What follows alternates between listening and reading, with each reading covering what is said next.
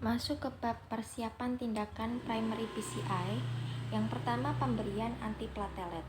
Pasien yang akan menjalani primary PCI itu harus mendapatkan kombinasi DAPT, yakni aspirin dan adenosine diphosphate atau ADP reseptor blocker sedini mungkin sebelum dilakukannya tindakan intervensi. Ya. Akan saya bahas dulu aspirin. Aspirin itu bekerja dengan cara memblokade COX-1 secara irreversible. COX-1 adalah enzim yang mengkatalisis sintesis tromboksan A2 atau TXA2 dari asam arikidonat melalui asetilasi selektif residu serin pada posisi 529, ser 529, 56. Aspirin sebaiknya diberikan secara oral dosis 150 sampai dengan 300 mg dengan cara dikunyah. Namun, bisa juga diberikan secara intravena pada pasien yang tidak mampu menelan 1,66. Kemudian ADP reseptor blockers, adenosine diphosphate berpengaruh pada terjadinya agregasi trombosit melalui reseptor P2Y1 dan P2Y12. Aktivasi jalur P2Y12 mempunyai pengaruh yang lebih besar terhadap terjadinya agregasi trombosit berkelanjutan dan stabilisasi agregat platelet. Terdapat dua golongan ADP reseptor blockers, yakni golongan thienopyridins, clopidogrel, prasugrel, dan non-thienopyridins, yakni ticagrelor dan cangrelor. Thienopyridins bekerja sebagai non-direct oral antiplatelet agent prodrug yang menghambat P2Y12. ADP platelet reseptor secara irreversible, sedangkan non-thienopyridins merupakan direct oral antiplatelet agent drug yang menghambat P2Y12 ADP platelet reseptor secara reversible. Kemudian clopidogrel. Clopidogrel adalah prodrug yang membutuhkan metabolisme di hati melalui proses oksidasi ganda yang dimediasi oleh beberapa sitokrom P450 CYP isoform yang akhirnya akan dikonversi menjadi metabolit aktif yang menghambat P2Y12 ADP platelet reseptor secara irreversible. Clopidogrel diberikan secara loading dose, yakni 600 mg sedini mungkin atau saat akan dilakukan PCI. Kemudian prasugrel. Prasugrel juga merupakan prodrug yang membutuhkan biotransformasi di hati untuk menjadi metabolit aktif untuk bisa menghambat reseptor P2Y12. Prasugrel mempunyai beberapa keunggulan farmakologis dibandingkan clopidogrel karena lebih efektif dan memiliki onset of action yang lebih cepat serta tingkat dari penghambatan trombosit yang lebih besar apabila dibandingkan dengan clopidogrel dosis tinggi. Prasugrel adalah kontraindikasi pada pasien yang mempunyai riwayat stroke ataupun transient ischemic attack atau TIA. Nah, selain itu, pada umumnya tidak dianjurkan pada pasien berusia lebih dari atau sama dengan 75 tahun atau pada pasien dengan berat badan rendah, yakni kurang dari 60 kg. Prasugrel diberikan secara loading dose sebesar 60 mg sedini mungkin atau saat akan dilakukan PCI. Kemudian ticagrelor. Ticagrelor adalah obat oral antiplatelet yang poten karena mempunyai onset of action yang lebih cepat serta penghambatan platelet yang lebih konsisten dibandingkan clopidogrel. Penggunaannya tidak disarankan pada pasien dengan riwayat stroke pendarahan serta pasien dengan gangguan hati derajat sedang sampai berat. Pada penelitian Plato, Platelet Inhibition and Patient Outcomes, ticagrelor itu mampu menurunkan angka kematian akibat vaskuler, non-fatal MI, serta non-fatal stroke pada 1 tahun pertama pasca ACS lebih baik dibandingkan clopidogrel. Selain itu juga didapatkan penurunan kemungkinan kejadian stent trombosis. Ticagrelor diberikan secara loading dose sebesar 180 mg sedini mungkin atau saat akan dilakukan PCI. Kemudian Cangrelor. Cangrelor adalah suatu direct antiplatelet intravena yang menghambat P2Y12 ADP platelet reseptor secara reversibel. Karena diberikan intravena, obat ini tidak membutuhkan biotransformasi. Cangrelor mempunyai dosis tergantung dan mempunyai efek farmakodinamik yang bisa diprediksi. Obat ini mempunyai efek inhibisi platelet yang sangat poten, yakni lebih dari 90% dengan onset of action yang sangat cepat serta offset of action yang juga cepat. Waktu paruh 3-6 menit. Fungsi platelet akan kembali normal dalam waktu 30-60 menit. Penggunaan Cangrelor pada pasien yang menjalani PCI diteliti dalam 2 fase, 3 percobaan yakni Champion, Cangrelor versus standard therapy to achieve optimal management of platelet inhibition on PCI, Champion Platform, dan Champion Phoenix. Namun saat ini penggunaan Cangrelor masih belum direkomendasikan pada berbagai guideline baik ACC atau AH maupun ESC. Berdasarkan penelitian Bridge, Maintenance of Platelet Inhibition with Cangrelor after discontinuation of thienopridines in patients undergoing surgery, di masa depan Cangrelor mungkin adalah pilihan obat untuk menjembatani terapi pada pasien dengan ACS atau menggunakan stent koroner yang membutuhkan operasi. Kemudian glycoprotein 2B atau 3A inhibitors. Ada 3 jenis obat glycoprotein 2B atau 3A inhibitors yang saat ini digunakan, yakni abecicimab, eptifibatide, dan tirofiban. Nah, obat ini hanya tersedia untuk digunakan intravena dan mempunyai onset of action yang cepat dan efek penghambat platelet yang poten. Tetapi penggunaannya terbatas hanya pada fase akut pengobatan. Manfaat obat ini berkorelasi langsung dengan tingkat keparahan dan tingkat risiko ACS, sehingga penggunaannya tidak direkomendasikan pada pasien ACS risiko rendah ataupun sedang, dan juga pada pasien yang akan dilakukan terapi konservatif. Obat ini paling bermanfaat jika diberikan pada pasien ACS risiko tinggi yang menjalani primary PCI. Di Indonesia yang banyak digunakan adalah eptifibatide.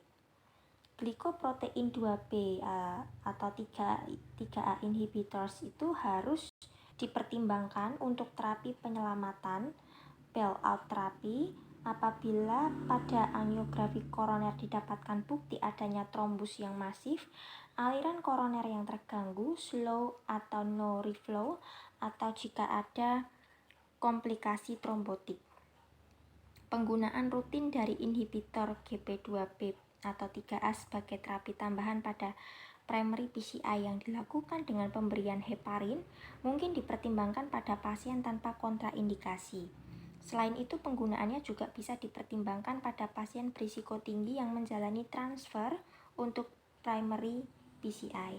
Cara pemberian eptifibatide yakni dengan double bolus, dosis 180 mcg per kg, berat badan intravena bolus, kemudian dilanjutkan 2 mcg per kg per menit, 180 mcg per kg bolus kedua diberikan 10 menit sesudah bolus pertama. Pada pasien dengan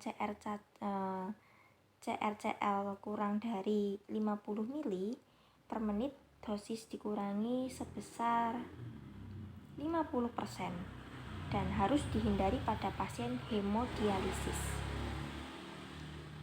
Kemudian yang kedua, pemberian antikoagulan.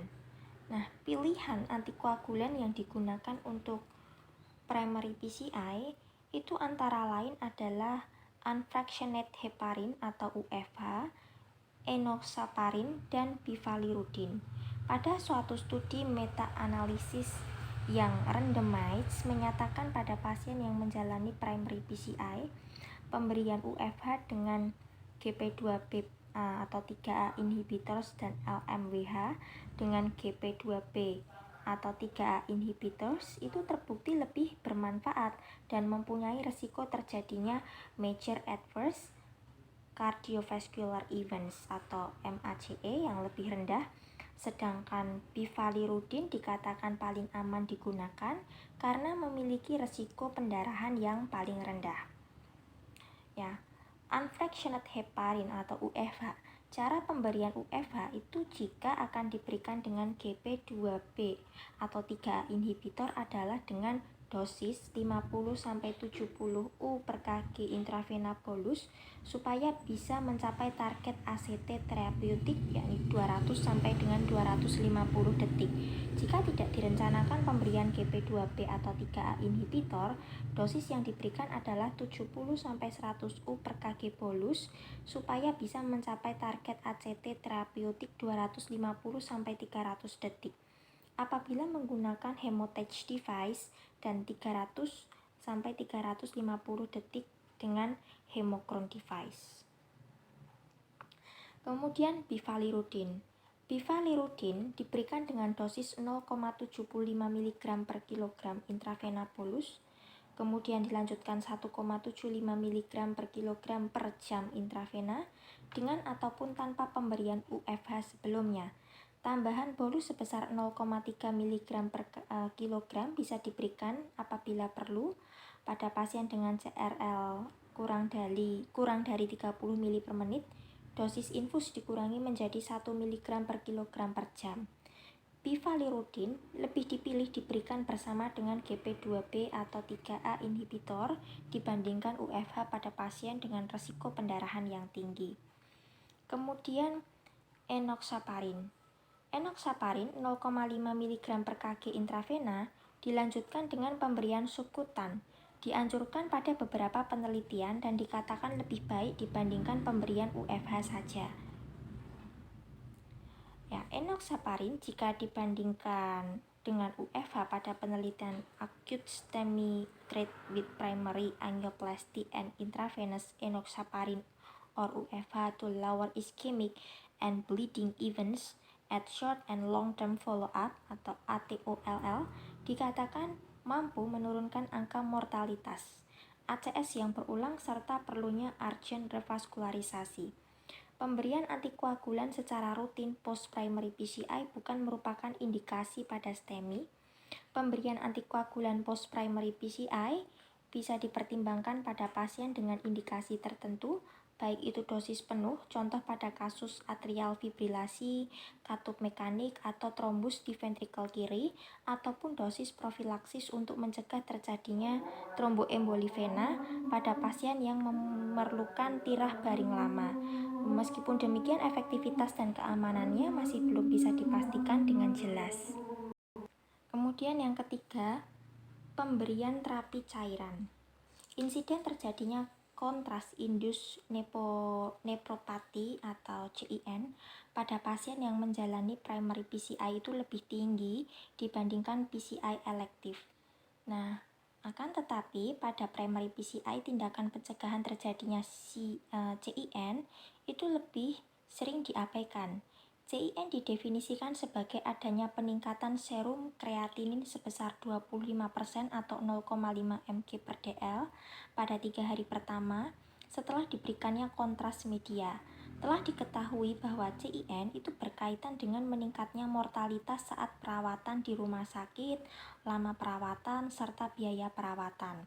Pemberian hidrasi atau terapi cairan pada primary PCI saat ini belum rutin dilakukan dan belum ada guideline yang merekomendasikan. Namun, pada penelitian yang dilakukan Roman et al., didapatkan pasien yang diberikan hidrasi menggunakan cairan isotonik salin mampu mengurangi risiko terjadinya CIN sebesar 48,8%. Pemberian hidrasi dilakukan dengan kecepatan 1 ml per kilogram per jam sejak dimulainya prosedur primary PCI hingga 24 jam berikutnya. Kecepatan infus disesuaikan dengan kondisi klinis pasien dan lokasi infak yang terkena. Misalnya, infus diturunkan menjadi 0,5 ml per kg per jam. pada pasien yang didapatkan penurunan fraksi ejeksi ventrikel kiri kurang dari 40% atau pada pasien yang mengalami gagal jantung kilip 2, 3, dan 4 yang biasa terjadi pada STEMI anterior atau anterior luas. Sebaliknya, kecepatan infus juga bisa ditingkatkan pada pasien yang mengalami STEMI ventrikel kanan. Sangatlah sulit untuk memprediksi pasien manakah yang akan berkembang menjadi CIN. Untuk itu, hidrasi merupakan pencegahan yang bisa dilakukan dan sebaiknya dilakukan secara rutin sejak awal dilakukannya primary PCI jika tidak didapatkan kontraindikasi. Kemudian yang keempat, pemberian statin loading dose. Beberapa studi sudah memperlihatkan dan menunjukkan manfaat pemberian statin loading dose sebelum tindakan PCI elektif. Di antaranya, itu penurunan angka periprosedural myocardial infarction dan komplikasi dalam 30 hari. Pemberian statin loading dose pada pasien STEMI yang akan menjalani primary PCI masih belum direkomendasikan pada beberapa guideline. Beberapa penelitian menunjukkan hasil yang beragam. Pada penelitian Young et al., pemberian atorvastatin 80 mg pre-primary PCI belum terbukti mempunyai efek protektif terhadap fungsi endotel dan reaksi inflamasi yang terjadi. Selain